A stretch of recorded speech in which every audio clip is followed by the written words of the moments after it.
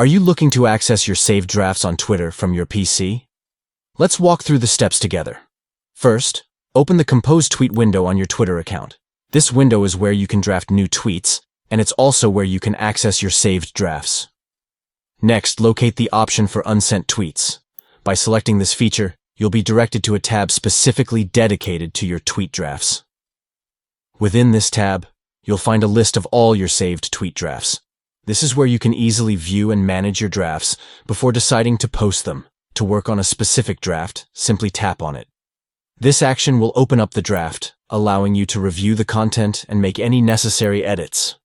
By following these steps, you can efficiently find and access your tweet drafts on Twitter using your PC. Whether you're revisiting an idea or polishing a draft before posting, managing your drafts is a convenient feature to enhance your Twitter experience. Keep your thoughts organized and ensure your tweets are just the way you want them by utilizing the draft feature on Twitter.